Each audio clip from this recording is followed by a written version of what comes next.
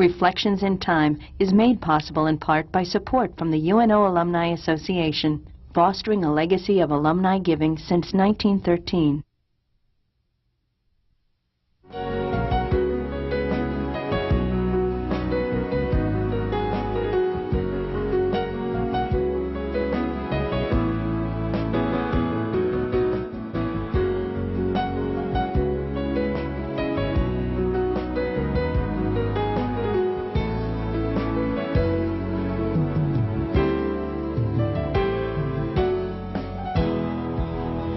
The interview series Reflections in Time was begun by the late Professor Paul Borghi more than 20 years ago. This new series continues Paul's work and is dedicated to his memory. My name is Jack Newton. I'm retired now, but I'm still active as a professor emeritus. I've been on the faculty of UN Omaha since 1960, and I served for 20 years as Dean of the College of Arts and Sciences. I worked closely with Professor Borghi in the development of his original interview series, and I can think of no more fitting tribute to him than to continue this work. Well, it's a rainy day in Omaha in March of 2001, but it's very pleasant here in the studio, and we have as our guest Professor Elvira Garcia, the Department of Foreign Languages. Elvira, welcome. It's good to have you here with us. Thank you so much, Jack. It's a pleasure to be with you. Yeah. Now, you've been at UN Omaha for a long time now, since 1968, if I remember correctly. 1968. Not quite as long as I've been here, but a long time, nevertheless. That's very true. Let's begin by talking about you a little bit. I know you weren't born in this country. You come from South America, is that correct? Yes. And in Paraguay, if I remember correctly. Paraguay, the little inland country in the heart of South America. And the city is? Asunción. Asunción. Yes. Okay. The capital. Did I say that right? Perfectly. Okay. You would be an A+ student in our classes.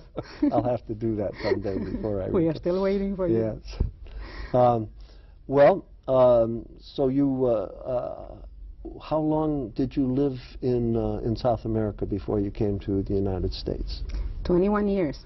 21 years. And you went to school there in Asunción? I went to elementary school, high school, started the university, and then there was a strike, a university student strike. Oh, really? And so everything stopped at the time, and we were off for 6 months. Soon after I started the Faculty of Medicine, which would be the College of Medicine in Asunción at the University, Universidad Nacional. And so, but what brought you to the United States?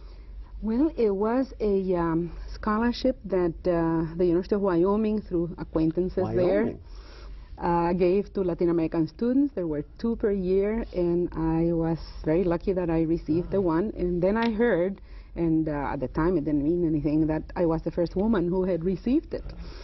So, and it was a 1-year thing, as I understood it. But, well, what led you to apply for that scholarship? The Wyoming, had you ever heard of Wyoming before? Not a clue as to, as far as I was concerned at the time, it was in the moon, you know, somewhere, the same as America, the United States was in the moon. My father was teaching piano there, and had heard through acquaintances that they had such a thing as this scholarship, and so he insisted that I apply. I wasn't too thrilled about it. I applied just to get him off my back, frankly, and I never thought I would receive it. I didn't know what I had that they wanted, or if I qualified. I didn't understand any of that. So I applied just to please him, and then all of a sudden I never heard from them for years, for months, until all of a sudden I received this letter that said that I had been accepted pending a few documents that they needed, and there I was. Just to digress for a moment, you mentioned your father teaching piano. If I remember from things you've told me in the past, he was a rather well-known concert pianist. Yes, he was, and he played all over Europe in the early 20s and 1900s, and it was a long career and a very illustrious career. How did he happen to end up in Asunción? Well, it was right before the war, and he had been in the First World War and didn't want to do it again. He had volunteered as a 17-year-old and wanted out of there before it happened again, although my mother didn't believe that there was such a thing coming. And so he said, well, I'm leaving. So they left. So you grew up speaking Spanish? I grew up, I learned Spanish after I grew up at home speaking French, because the official language at home was French. I see. And then I learned Spanish with my playmates in school, and Italian from my mother and my aunt, who spoke to each other in Italian, and so I grew up with those three languages. And you taught all three of those languages? Yes, I have. Yeah. Wonderful. So you came to Wyoming. That must have been quite a change. I came to Wyoming. I couldn't believe there were no buses. You know, the city was so small. It was a little town with about a 2-block downtown area. And I came from Asunción, which was sort of the size of Omaha. At the time. It has expanded now, but you know, it was a shock. Plus the winters and the cold and the mountains. We have no mountains in Paraguay, so to speak. There are some in the western area, but eastern area rather.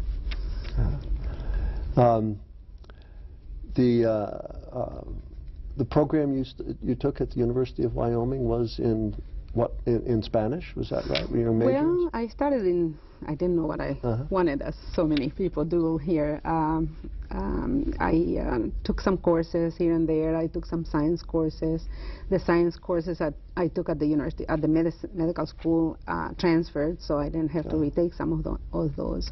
And then I got interested in literature, so I started with that.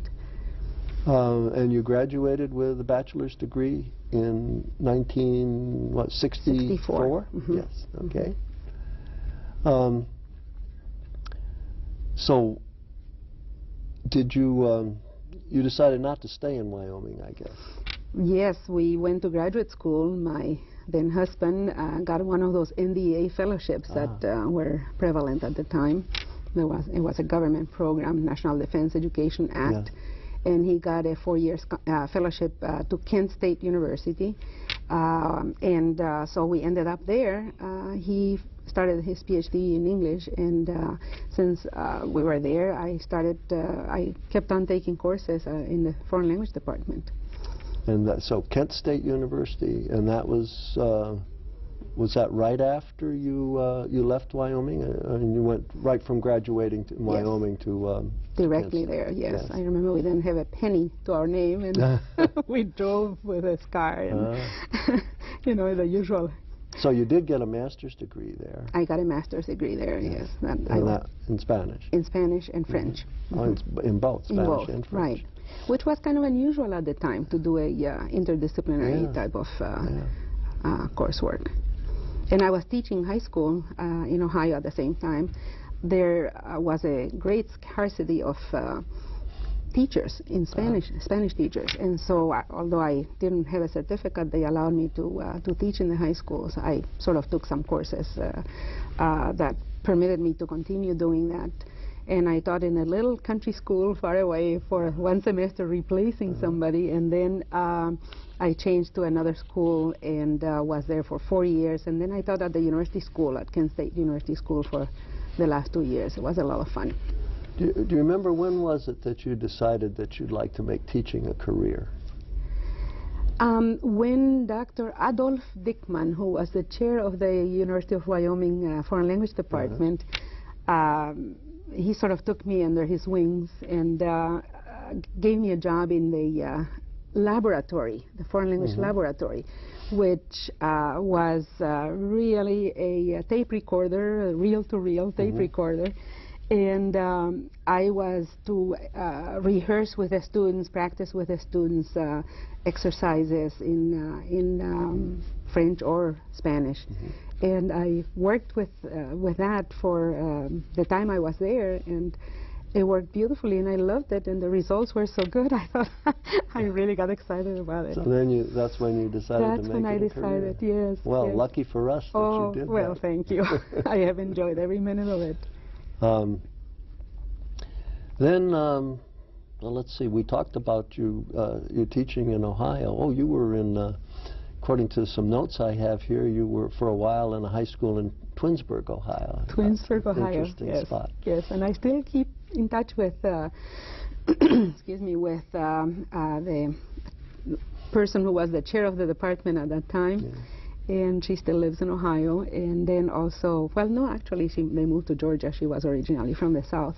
And with my principal from the little high school where I taught for only a semester, Robert H. Wirt. I still remember him. And then also with the other principal, Don Walliver, who was, we still keep I in remember touch. Twinsburg because I went to Ohio State, but I come from the East Coast, and when I drive from my hometown to down to Columbus, that was before they had interstate highways, or they had some, but not the complete. The system wasn't complete yet. And I used to go through Twinsburg on the way to Columbus. Isn't that something? We always took the Streetsboro exit, I remember. Yeah, right.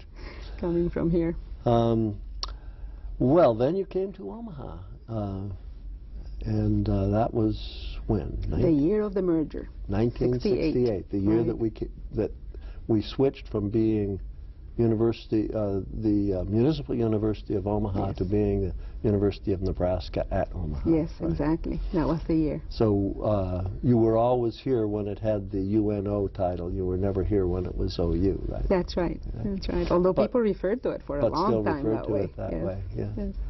Do you remember what it was like back then when you came here? Yes, I think I do.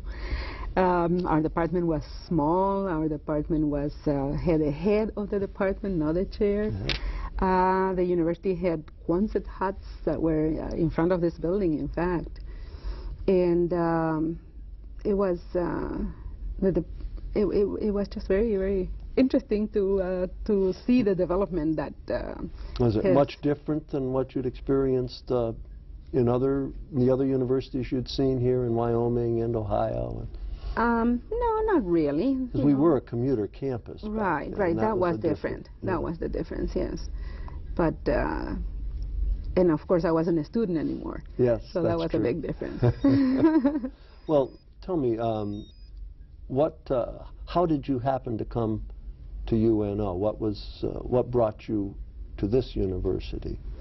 It was 1967 when we went to the MLA in Chicago, I remember. MLA is Modern Language Association, which of America, which is... That's often a job mart where you can go and look and interview people and look for jobs. Yes, yes. In addition to having sessions and a big conference, which today attracts about 15,000 people, so they need to have large cities with about 10 hotels, adjacent hotels.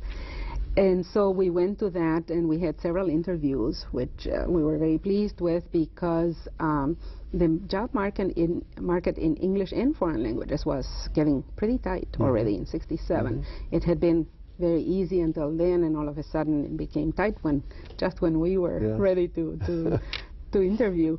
And so we both, when we wrote, of course, there was the nepotism situation at the time. And we wrote independently of each other.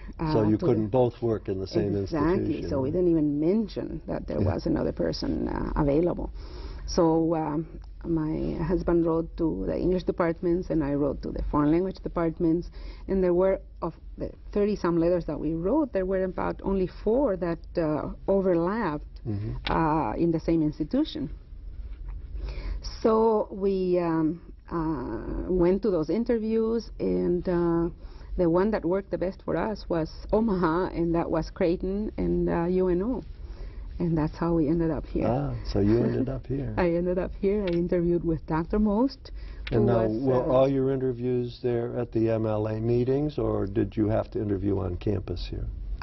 No, they were just meetings. There was no mention of any campus interview. You mentioned for Dr. me. Most as head of the department rather than chairman. That means that he was the boss. He was the boss. He decided he wanted to bring someone here, he could do it. Exactly. He didn't have to ask anyone or anyone in the department. Right, right. I still remember the interview.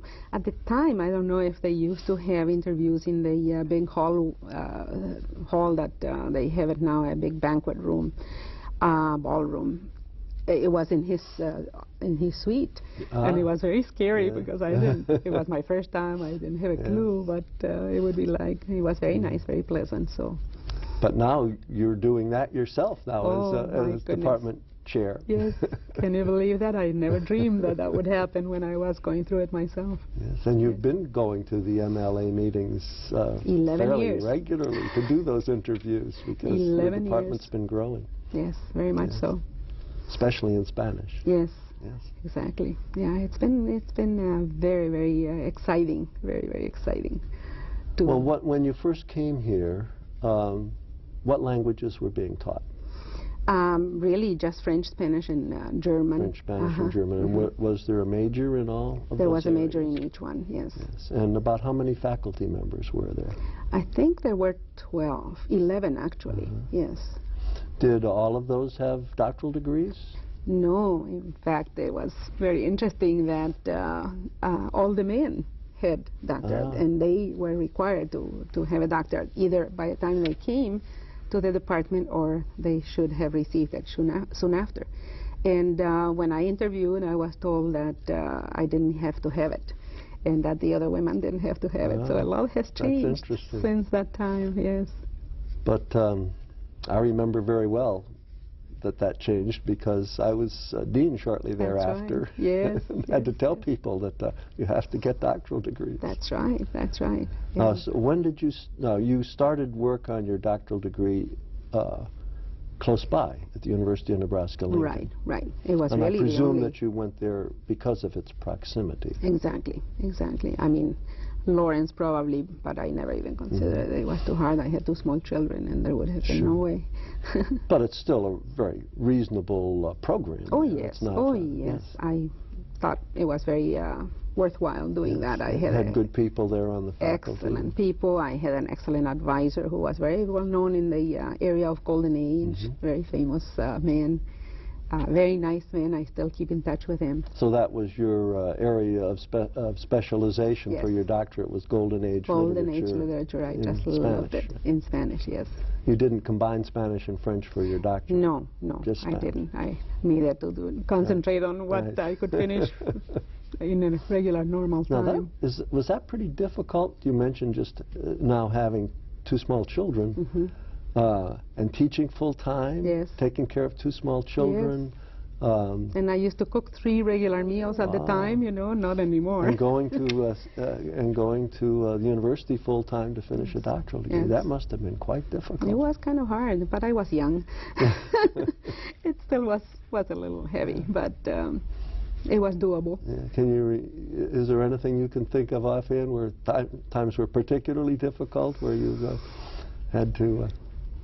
It was difficult the year that I had to have in residence at the University of Nebraska at Lincoln, and there was such a requirement because I was teaching 3 courses here and had to combine with my trip to Lincoln, taking, I can't remember how many courses, maybe 2, and that was difficult. That's driving to Lincoln fairly frequently. Driving to Lincoln. I think I went right after my classes here, or I can't remember. But that was hard. But there were 3 of us from Omaha who drove there, and we drove together, and it was a lot of fun. But you did complete your dissertation and get your degree? I did. I'm amazed. It was juggling a lot of things. If I remember correctly now, it just occurred to me, there was an incident with your dissertation on the table in your living room or something. Yes, in the dining room. Oh, Jack. That was a very traumatic time, frankly. It was, everything was finished. I kept it in the refrigerator, in the freezer, 1 copy. And in the fallout shelter which we had, which was below the basement, I kept another copy. Back in those days, a long time ago, when that was in Cold War days, when we had, some houses had fallout shelters. Some houses, and I think there are only 6 in Omaha, and we had 1 of them. And so it was a very safe place, really, that fallout shelter. And it was 1976. It was January of 1976. Everything was completed. Everything was finished with the dissertation. And we brought it upstairs so that we could proofread it. And my husband had 1 copy. I had the other copy. And so we could do it faster. And then it was this January 8th. Of 1976, I remember vividly, And we had still the Christmas tree because that was a tradition that I had back home. And I have extended the tradition to keeping the tree a little longer now. But we were going to, it was a real tree, and burn it in the fireplace. And somehow the flue was not open, and it just exploded, and the fire went up the two window curtains that were on the side of the fireplace, and it was terrible. And so we had to get out with the boys who were upstairs sleeping. And Hugo the dog was a problem because he was scared of the fire, and we had to drag him out. And then, you know, it was sort of like in the movies, the flames were coming out of the windows, and I was sure that my poor dissertation that was on the dining room table was gone. And I thought, nobody will ever believe that I really had it, and it was done. But we were, by a miracle, it was there. It did not burn, and it had soot and water, but it did not burn. So it was just Back a miracle. in those days, you didn't have things on computers like you do today. No discs, no discs. It had to all be retyped. Yeah. But you did make it through. I You got your degree in 1976. 76. Great. Yes, it was. And from then on, it was fairly smooth sailing. Yes, yes. You progressed through the academic ranks up to the rank that you hold today of professor. Yes. That's not that it wasn't a lot of work, I'm sure. Oh, it was a lot of work. And I know, because as dean back then, I had to review your progress every year with you, right? And you were always so supportive and so nice. I just will never forget that. Thank you. What was the curriculum back? You mentioned, we talked about there being three majors, majors in 3 languages. Was the curriculum back then in these languages much different than it is today, or about the same? The curriculum in my department? Yes. Really what has changed is the methodology more than the curriculum. We still teach the same courses. We have added some more interesting courses. We have changed some ways in which material is grouped. Like, for example, maybe? Well, for example, the methodology was students would read and memorize dialogues, and they would just recite them without knowing many times what they were talking about. They just knew the words. And so that has changed, and it is more of a communicative approach that is used today, having gone through many other possibilities and different approaches all over the country. There has been a lot of change and novelty in the way foreign languages are taught, and of course until up to today that technology is very much integrated into it. Now you use computers a great deal. We use computers, we use CD-ROMs. I remember there was a time when your department, through an association that university had with Dartmouth College, that you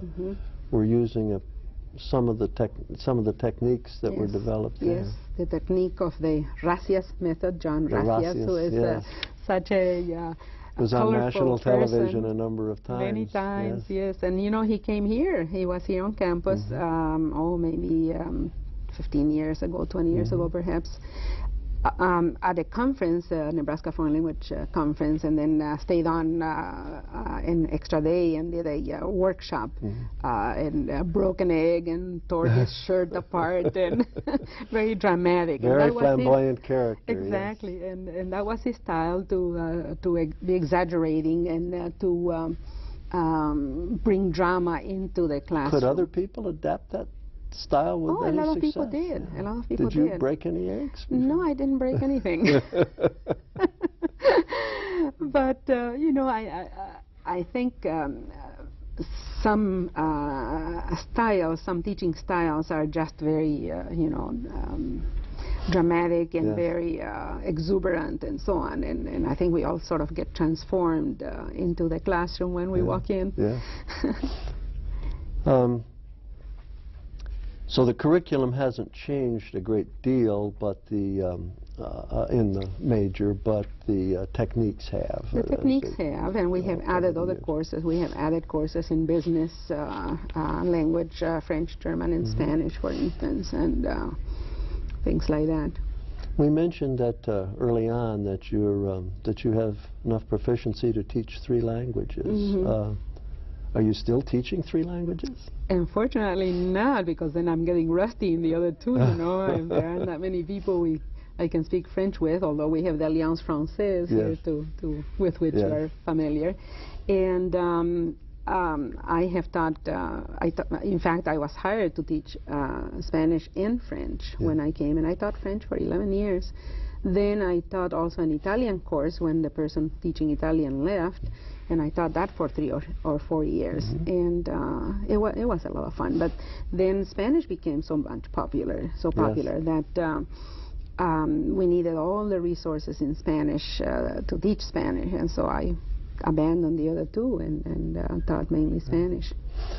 Well, I know you're too modest to mention it, but I must at this point mention that you were a superb teacher in your specialty, and that you back in, was it 1981, I think, had the Great Teacher Award as one of the best teachers in the university for your... I was very fortunate. Thank you. And that was early on, when it was a little harder to get than it is now. There weren't as many awarded. I mean. Yes, that's true.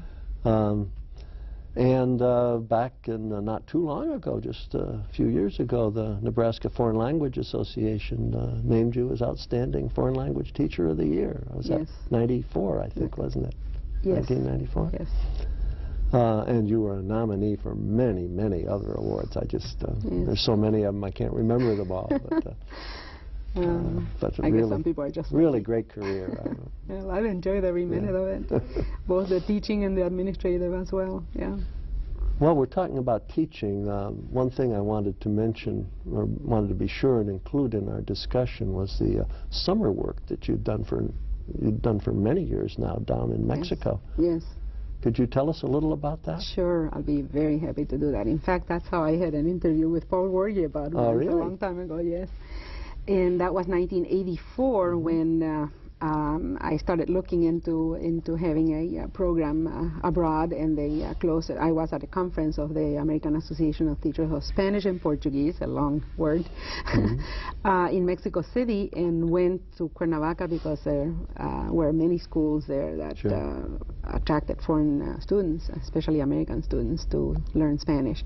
So I visited several of them and concluded that this one we would associate with because they seemed like the best and well administrated, and they delivered what they promised.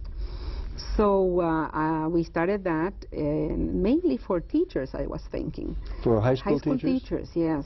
Primarily in Omaha? Primarily in Omaha, yes. And we had, the first year we had 9 high school teachers, and I was so excited about the whole thing that I was telling one of my classes about it.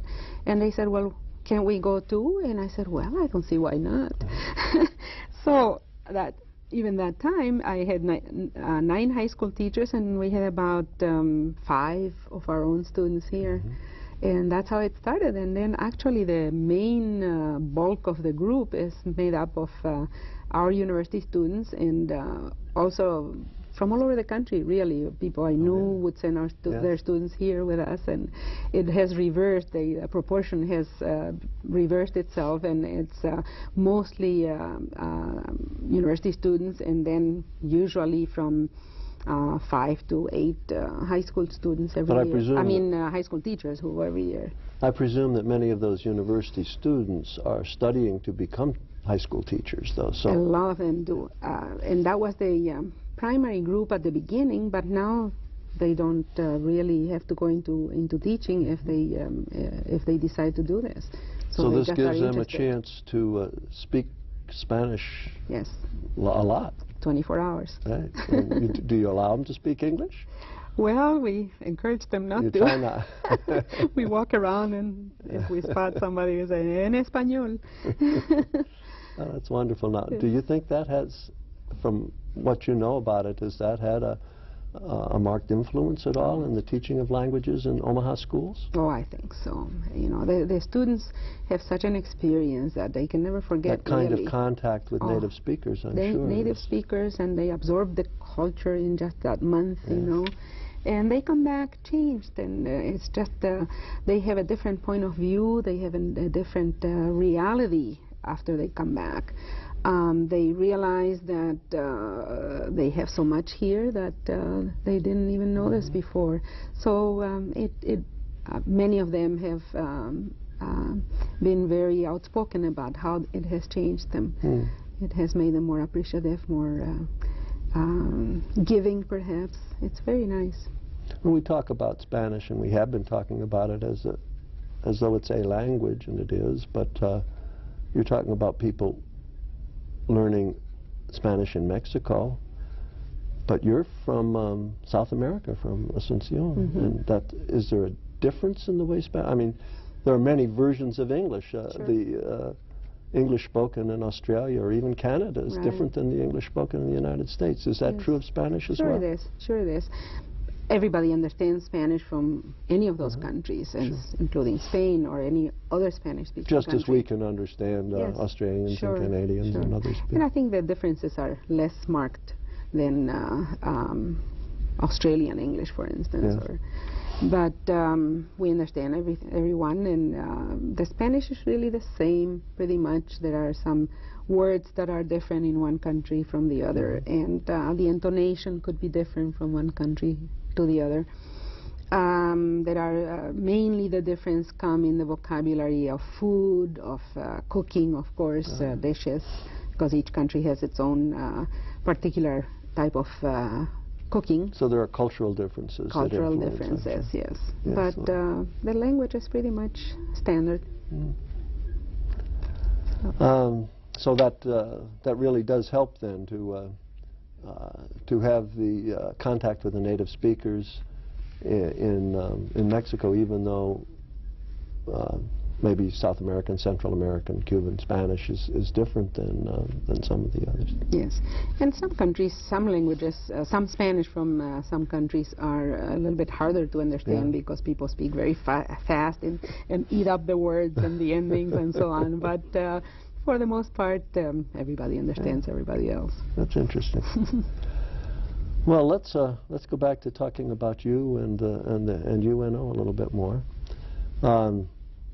You've done so many things at the university, both in faculty governance, in innumerable committees. I know you were very helpful to me when I was dean, serving on the Dean's Advisory Committee. In fact, how many terms did you have on that? I had 3 terms. 3 terms. Those are 3-year terms, so that's 9 years. Right. We saw a lot of each other back then, didn't we? Yes, yes.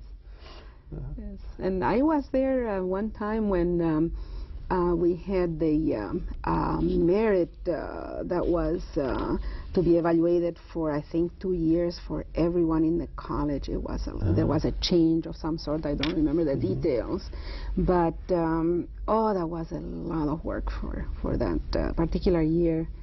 For 2 years, we had to do all the evaluations. I don't think the chairs did it then. I think it was the advisory committee that made the recommendations for salary increases. Right, for the meritorious performance by faculty members, which resulted in, as you said, salary increases sometimes. Yes, it was so much work, and you know, it's such a responsibility to do something like that. You really deserve commendation for that, and I know a number of other people I've talked to in this series have done similar things, but the willingness to participate and to serve your fellow faculty members, really, in your college and the university, by taking on the responsibilities of many of these committees that do this kind of work takes a lot of time. Everybody was very dedicated in that group. Yes. Yeah. I'm still always pleased to see people willing to do that kind of thing. Because some people aren't, and I suppose that they have their priorities, but I think it's very important that people do take the time to do that. Yes, and I'm still amazed at the number of things that you're able to do. You spread yourself so thin sometimes, but you always do a good job in everything you undertake. Oh, so, you're very kind. Thank you. And while we're speaking of all of the things you undertake, let's talk a little bit about your activities in your profession, in professional organizations. That you've had some big jobs. You mentioned a moment ago the Nebraska chapter of the American Association of Teachers of Spanish and Portuguese. See, I got out the whole thing. But that's a national organization. Yes. And you were active nationally. Yes. Well, I started here in Nebraska, and I always, with other colleagues in the department, we always attended the local association meetings of all the languages and also of the particular languages separately. And somehow, after going to meetings of the national organization, I was proposed for the council, the board, and so I served a term in the board of the national. I was elected, sort of like coming to the United States, and I never thought it would happen, and so all of a sudden I was there with all these people I had regarded as gods that I had always seen in the first page of the main publication of the association, and it was quite a rewarding experience, and very, very interesting to be part of that governance. And so that was a 3-year term, and then a few years later I was nominated to be a vice president of the organization, and I got elected, and then the vice president immediately became president after a term of a year of vice president. So you served as national president of this large organization. Association, yes. That's wonderful. And then stayed on another 3 years, so it was a 5-year term, really. That must have been a bit of work, too. Oh, it was a lot of work to do. And that was in '92 when the year I was president, and I remember that we had our national annual meeting in Cancun, Mexico, in August, and it was boiling hot. But it was a beautiful... They couldn't schedule it for February. No. We always look for places that, where we would get a lower rate so the high school teachers could also attend, and it's very good for them to be able to do that, and, it's expensive. So I did that, and it was, 2 years after I had been just elected a chair in the department, and so a lot of things were coming together at the same time. And it was a lot of work. And that's not the only professional organization. You mentioned becoming chair of the department. That was in 1989. And you got involved in another organization for department chairs. Yes, because I felt that I needed help. It was my first year as chair in '89, and I really, like most people in academia, don't have a clue as to what to do when they become chairs. So I went, after my first year, I went to the Association of Departments of Foreign Languages meeting, which was in Tucson, Arizona, in June. And the ADFL, as it is called, it's a subsidiary of the MLA, Modern Language Association. They have 2 subsidiaries, one for English, the ADE, and ADFL for foreign languages. And it was a 3-day, very intensive days with seminars and a participation of about 70 foreign language chairs from all over the country in any of the languages that are taught anywhere. And it was so useful. We talked about curriculum, we talked about department policy, we talked about department governance, problems, which are always there, and how to solve them. It was just invaluable. So you became very active in that. Well, I was so interested that, I don't know how it happened, but the next year I was nominated to be on the board. And again, I didn't think anybody would know me, and I somehow got on the board. And I was 3 years on the board, and the 3rd year I was elected president. So there's another national presidency. Another national presidency, and it was, I still go to the That's not only an honor for you, that's an honor for the University of Nebraska at Omaha. I mean, that's, and as a matter of fact, didn't you, you bring one of their meetings here to Omaha? Yes, yes. In fact, it was one of those 3 years, and the 2nd year that we had that conference here on campus. in conjunction with Creighton's foreign language department, and so we did half of it here so that they would see our university, and half of it at Creighton. So, and Chancellor Weber at the time. Do people enjoy the visit to Omaha? They are still talking about it. Yeah, that's a little different than in Tucson or Cancun or something. Yes. You know, and when I said, you know, we were looking for a place, and I said, we can do it in Omaha at my university. They sort of looked stunned. Omaha, where? You know, they had flown over Omaha in Nebraska, but never stopped. And they came to see it, and they loved it. And they are still talking about it. That's wonderful.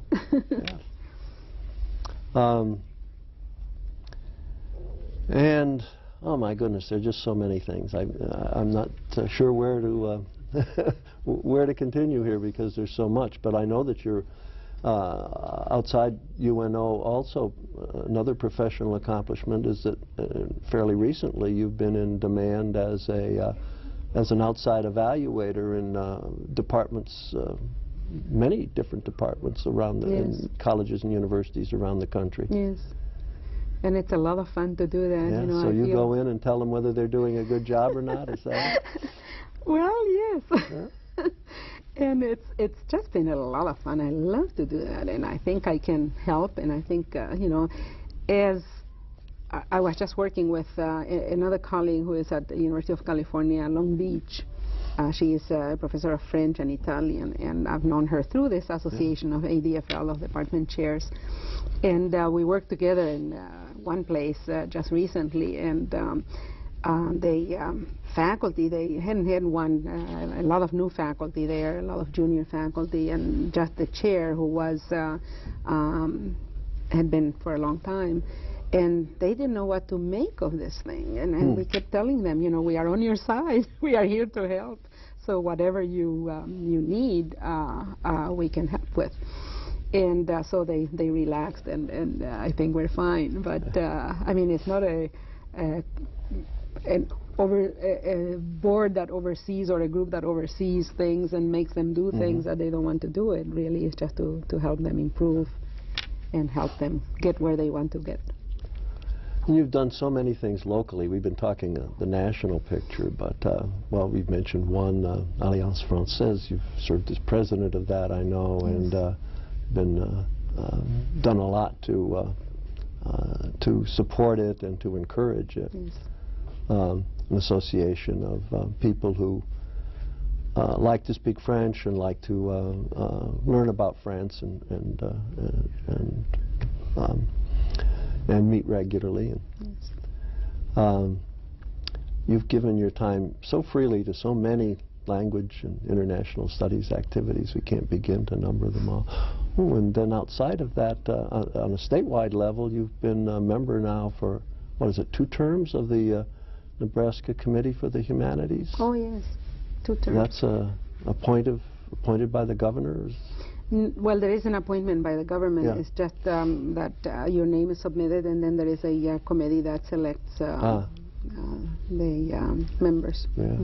That's a lot of work too, isn't it? It is a lot of work. Yes, I wasn't presented with that much work when I was told what it was, what was involved in it. Yes, but it has grown into a lot of work. Yes, but it's very rewarding as well. It's spreading the humanities and what it involves all over the state in places where there really isn't any access to plays and things like that. So it's very nice.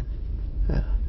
And in many of these activities, you have given to support to them by bringing people to your own home, and that's another thing you deserve so much commendation for. I've had so many enjoyable meetings down there, parties, and we should mention that you live in a very large house down in an older part of Omaha. Yes. And which has been designated a historic section. And it's just beautiful with the furnishings that you have. These were mainly things from your parents? My parents that came from Europe and then via Paraguay here. Yes, it's almost a museum. It's so beautiful. It's really. Yeah, you know, and I I've always had them there, so to me they are just sort of normal, yes. but I don't think about what they mean or what they are.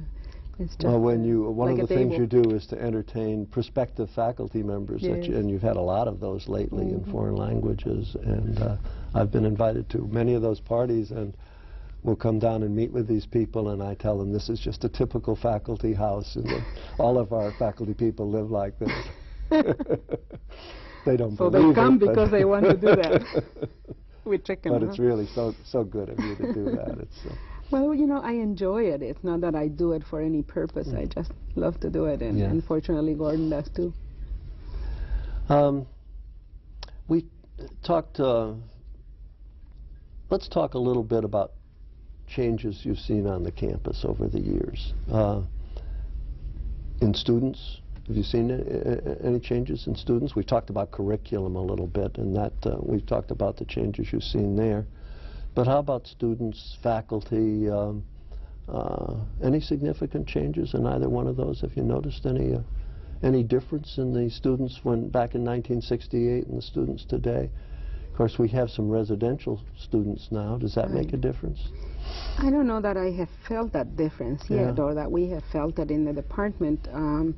They just started being residents last year, yes. so perhaps by the time I get them, it'll be a couple of years. The students are still, of course, we had at the time I started, we had the bootstrap program. Oh, that's right, the bootstrap program, which was, these were military personnel who came here to finish up a degree, were given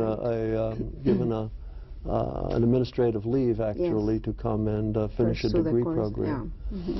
And that was a big program. That was a big program, and so they were usually mature people, and who traveled all over the 30s, world. Yes, 20s and late 20s and 30s, who were very cosmopolitan. Yes. And that was a large number. There was a large number of those students at the time, and then the program ended, so we lost, and that group that was really served as an incentive to the younger students who took things more the younger seriously. students used to call them curve breakers because they'd get all the high grades. And, yes, I'm sure so.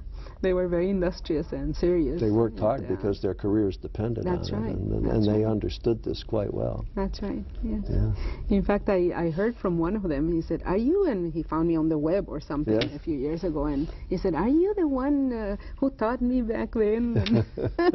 Then I saw him at one of the national conferences. He's been teaching Spanish also after finishing with the military. How about the faculty? You know, you have a much larger faculty in foreign languages now. And you know, like everywhere else in the country, there is this turnover now of the generation of 68 that came from 68 to the mid-70s. We all came at that time during those years. And so there is a generational change because all these new people are younger, and they are all coming at the same time practically to replace the people who, all of us, who have been since the 60s on campuses across the country. And that has been, you know, it has its good and bad points. A lot of the people who are leaving have a lot of institutional memories, a lot of department association for so many years, and that is changing. In fact, in this university where we were evaluating the department, there was only one person left, and that was the chair who was who taught French, and so all the others were younger faculty. And here in the department, we have had grown as a number of faculty.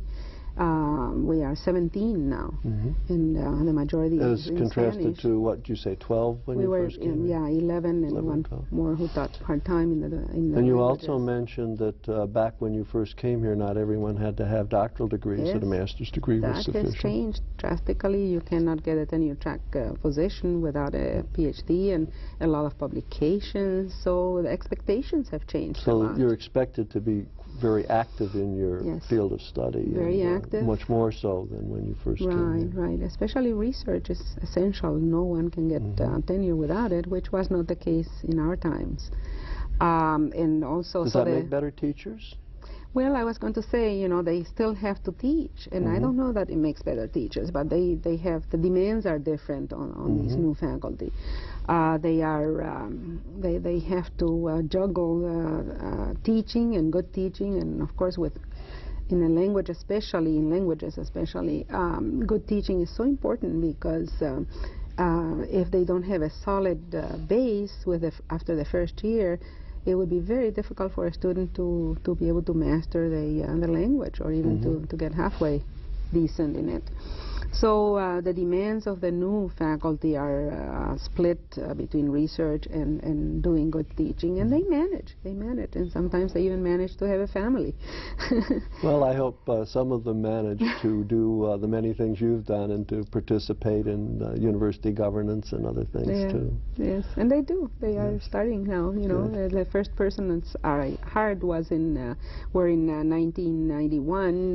I hired them, and they came to campus in '92, and 2 of them got tenure from that batch, and then 1 more just got tenure. So the first 3 in the department of the new batch got tenure.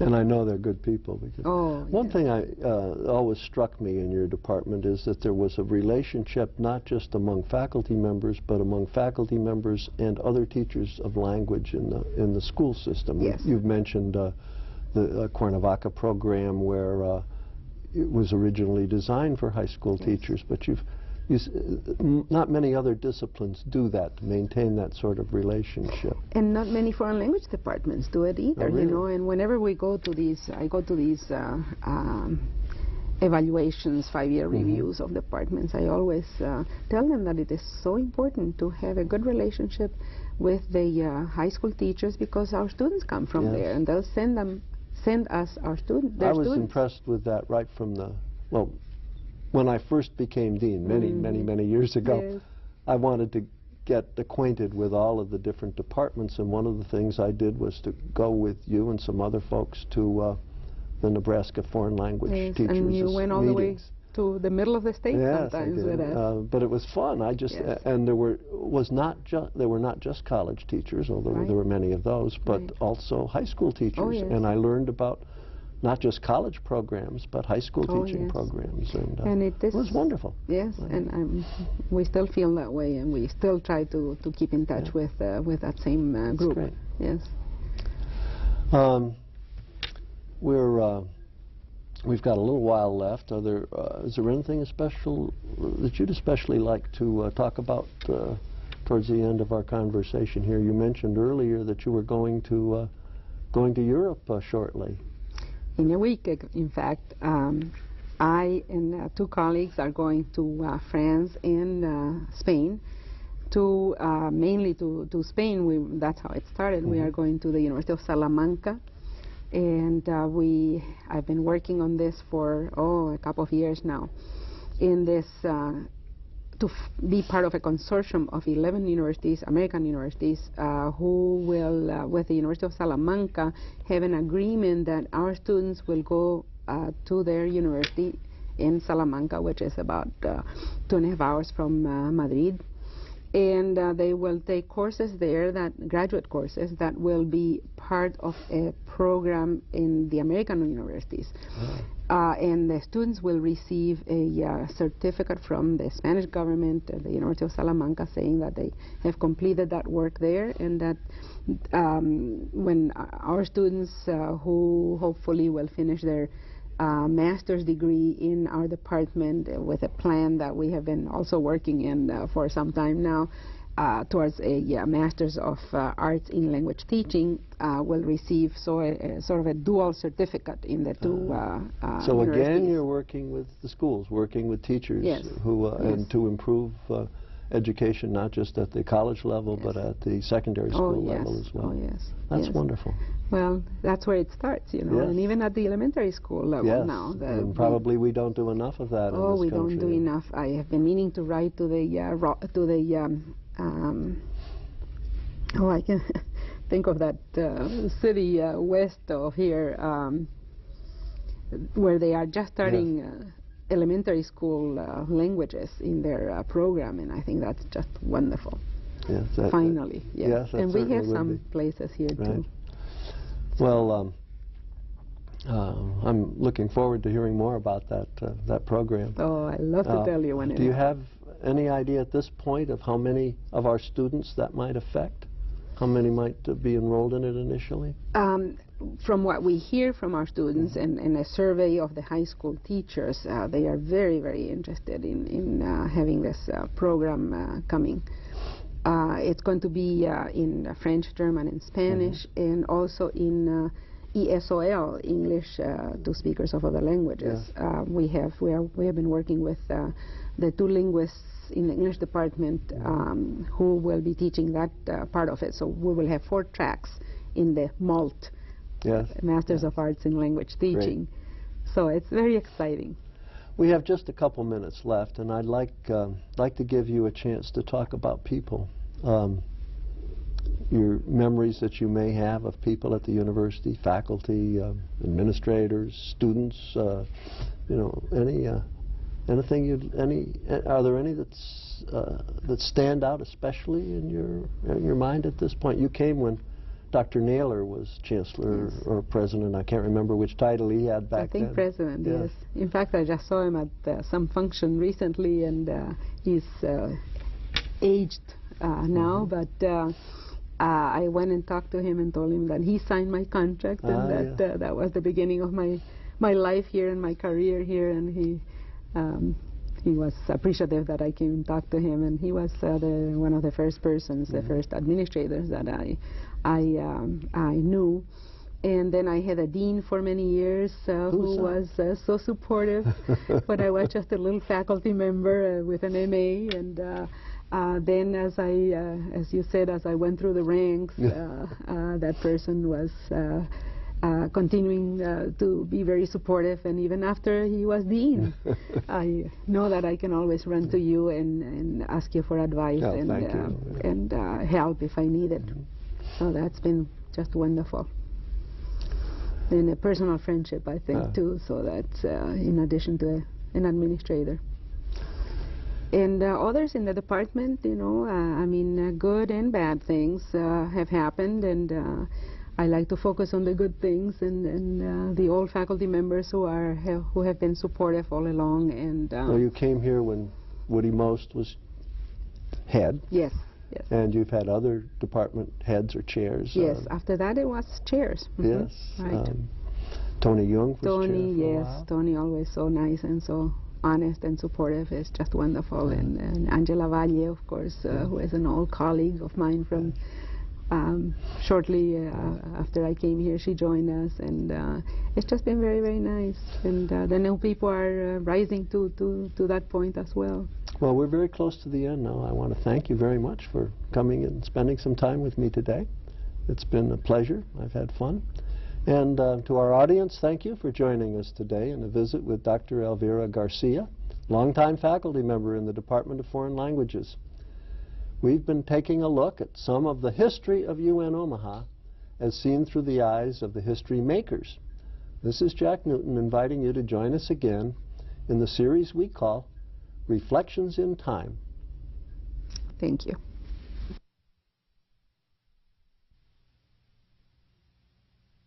Reflections in Time is made possible in part by support from the UNO Alumni Association, fostering a legacy of alumni giving since 1913.